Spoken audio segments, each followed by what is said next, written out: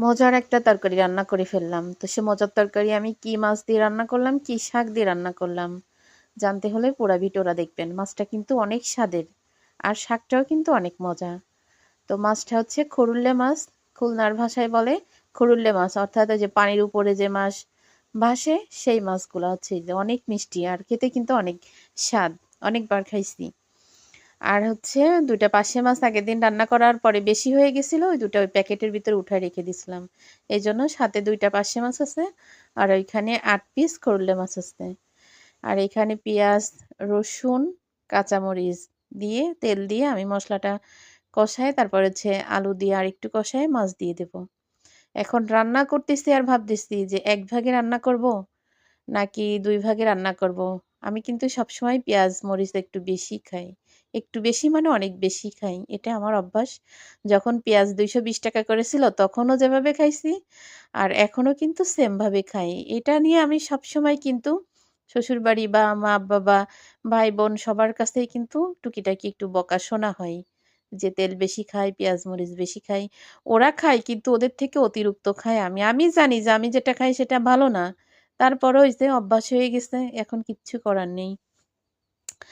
তো এইখানে ১ ভাগে রান্না করব না ২ ভাগে রান্না করব করে চিন্তা করে আমি কিন্তু এখানে ৪, ৫, ৬ পিস মাছ দিয়ে দিছি। দিয়ে কষায়ে আবার ৪ পিস উঠায় রেখে দিছিলাম যে একটা তরকারিতে এত মাছ দেব নাকি ২ ভাগে রান্না করব।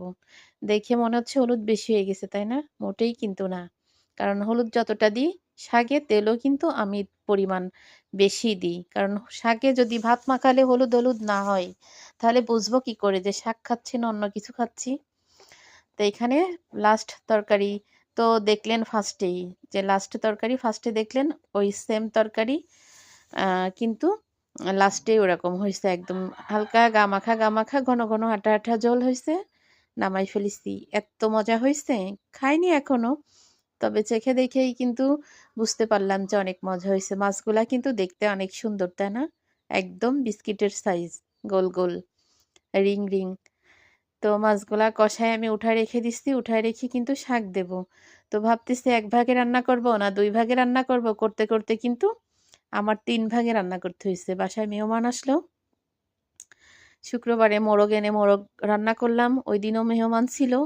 আজকে আবারও মেহমান আসলো। আবারও সেই মোরগ এনে রান্না করলাম। আসলে আমার রান্না বান্না কাজ কাম এটা মনে হয় কখনোই কমবে না। আমি যতদিন বেঁচে থাকবো হয়তো আমার এই কাজগুলা ততদিনই আমার সাথে থাকবে। এত চেষ্টা করি যে এই কাজটা করে মনে হয় একটু রেস্ট পাবো ৫ মিনিট। সেই কাজটা সারতে কিন্তু আর ৫ টা কাজ সামনে চলে